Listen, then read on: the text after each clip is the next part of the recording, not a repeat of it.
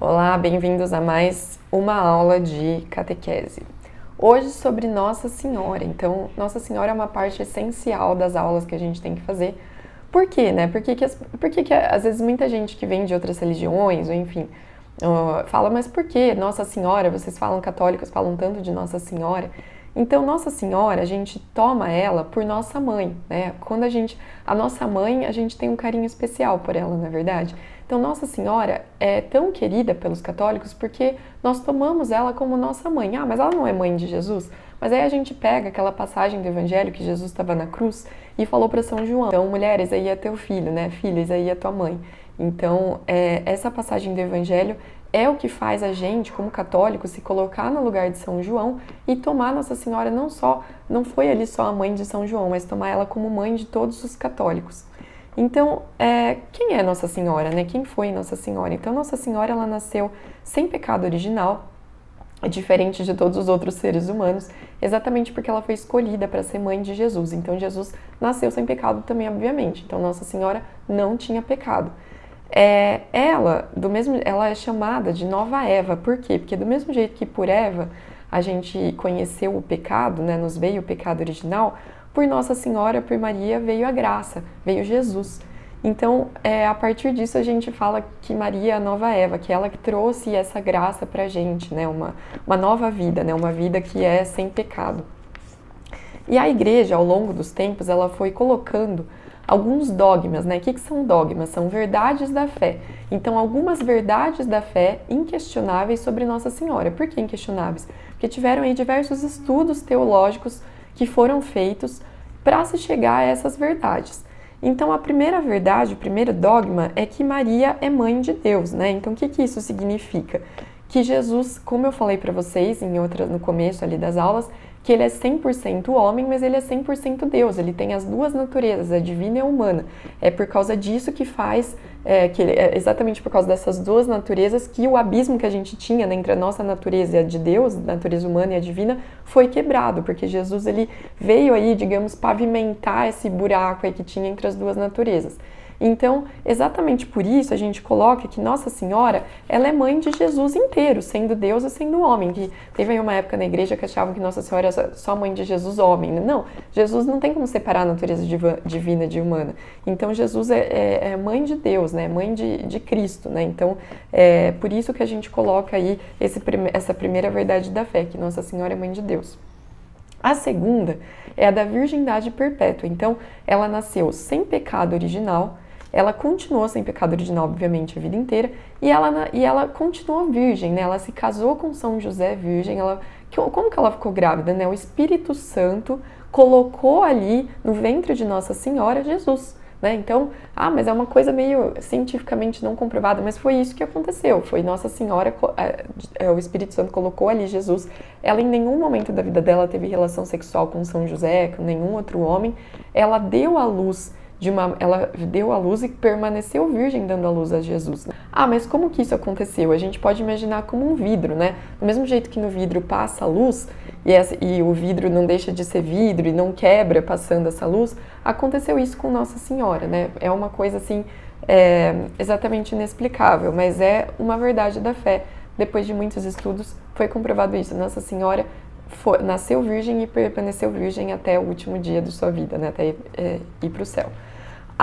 O terceiro dogma é a Imaculada Conceição. O que é Conceição? Concepção. Então é isso, ela nasceu sem pecado original. Obviamente, né, para ela gerar Jesus, né, então ela, por ser escolhida mãe de Deus, ela nasceu sem pecado original. O quarto dogma é a da Assunção de Nossa Senhora. Então, do mesmo jeito, por que a gente tem a morte hoje no mundo? Não sei se vocês lembram que eu falei isso, mas a morte é uma consequência do pecado. Se Nossa Senhora, ela não teve pecado, ela nasceu sem pecado, ela não poderia morrer, né? Jesus morreu porque ele estava pagando pelos nossos pecados, mas Nossa Senhora, que não estava pagando pelo pecado de ninguém, se ela não tem pecado, ela não vai morrer. Então, como que aconteceu? Ela foi para o céu levada pelos anjos, ela simplesmente dormiu um dia e acordou do céu. Então, tem duas pessoas no mundo que já ressuscitaram, Nossa Senhora e Jesus. Nossa Senhora, na verdade, nem morreu, né? Então, tem duas pessoas aí que estão vivas de corpo e alma no céu, né? Que é Nossa Senhora e Jesus. Então, ela subiu ao céu de corpo e alma E é exatamente isso, né? É o dogma da Assunção de Nossa Senhora. Ah, Letícia, mas como que a gente comprova isso cientificamente? Olha, não tem como comprovar, a gente vai descobrir tudo e vai entender muita coisa na segunda vinda de Jesus, tá bom? Quando a gente morrer e for pro céu, e aí a gente pode perguntar muita coisa para Deus. Outras coisas também sobre Nossa Senhora, aparições e títulos. Então tem muita gente que fala, nossa, mas como assim? Existe Nossa Senhora de Guadalupe, Nossa Senhora Aparecida, Nossa Senhora de Lourdes. Então Nossa Senhora, ela tem diversas aparições, né, dela ao redor do mundo para pessoas aí diversas. Tem algumas dessas aparições que são comprovadas pela igreja, que depois de muitos estudos, de averiguações, a igreja falou, não, essa aparição é verdadeira, realmente Nossa Senhora apareceu para essas pessoas. Mas outras aparições não são verdadeiras ou não chegaram a ser comprovadas pela igreja. Como católicos, nós não somos obrigados a acreditar nessas aparições, mesmo as que são comprovadas pela igreja. Por exemplo, Fátima, Lourdes, Guadalupe foram comprovadas pela igreja, mas a gente não é obrigado a acreditar nelas, né? Mas eu digo, como católica, né, que eu acredito sim nessas aparições comprovadas, e eu acredito. E por que Nossa Senhora apareceu para tantas pessoas e tantos povos? Ela apareceu para tentar dar ali mensagens para ajudar a humanidade a viver melhor a fé. Então, quando ela aparece em cada país, por exemplo, Guadalupe é no México, né? Lourdes é na França, Fátima em Portugal. Por que ela faz essas aparições? Em cada aparição, ela aparece com um visual diferente, de acordo com o povo daquele país. Então, no México, ela apareceu de uma maneira mais morena, porque os mexicanos são mais morenos. Em Guadalupe, em Fátima, ela apareceu mais branquinha, de acordo com a estética do povo português. Na França também. Então, de acordo com cada país, tem vários países que ela apareceu, ela vai aparecendo de acordo com a estética daquele povo, para o povo se identificar com ela, identificar com ela como mãe da nação. Então, exatamente por isso que ela aparece de várias maneiras aí, em vários países, e tem vários títulos. Os títulos de Nossa Senhora são o quê? De acordo com a cidade, com o país que ela apareceu. Isso significa que existem várias Nossas Senhoras? Não. É uma Nossa Senhora, é uma Mãe de Jesus, é uma Maria que viveu nessa terra, mas que ela se transfigura, né? Aparece de acordo com cada povo de uma maneira diferente. Por que ela usa várias aparências, né? Porque a aparência que a gente tem externa aqui é só realmente um visual nosso, né? Então esse tipo de aparência é só uma maneira de gerar identificação com aquele povo. Mas assim, é uma coisa, tipo, a essência de Nossa Senhora é só uma Nossa Senhora e a essência dela é a mesma. Ela sempre vai dar mensagens parecidas em todos esses lugares. Bom, e que outra coisa que Nossa Senhora fala muito, né? É em relação ao terço, né? Então, Nossa Senhora, ela tem ali a oração do terço. Então, o que ela recomenda? O que é a oração do terço? Então, o terço... eu tô sem meu terço aqui. O terço, ele é uma série de orações, né? Que foram sendo formadas, só para vocês terem uma ideia do que significa o terço. Então, teve uma aparição de Nossa Senhora Santo Domingo no século XIII. E nessa aparição, Nossa Senhora entregou ali o terço, né, que eu vou mostrar para vocês, falando que é uma arma poderosa para a conversão das pessoas. E aí, a partir disso, a tradição de rezar o terço se espalhou, principalmente entre as pessoas que não sabiam ler a Bíblia. Por quê? Porque naquela época era difícil as pessoas serem alfabetizadas, tinha uma taxa de analfabetos muito grande. E aí as pessoas não conseguiam ler a Bíblia, então a Bíblia era algo só para os eruditos. Então como que essas pessoas se aproximavam da fé e abasteciam a fé? Rezando o terço. E depois disso, o terço se popularizou como algo, até para quem sabe ler a Bíblia, para quem não sabe ler a Bíblia, é algo poderoso porque foi passado por Nossa Senhora, né? Que aí entra o que a gente fala. A gente não é obrigado a acreditar nas aparições de Nossa Senhora, mas são coisas que fortalecem muito a nossa fé. As aparições comprovadas pela igreja, tá, gente? Porque tem umas aparições hoje em dia que meio duvidosas. Então tá aqui o terço para quem não conhece.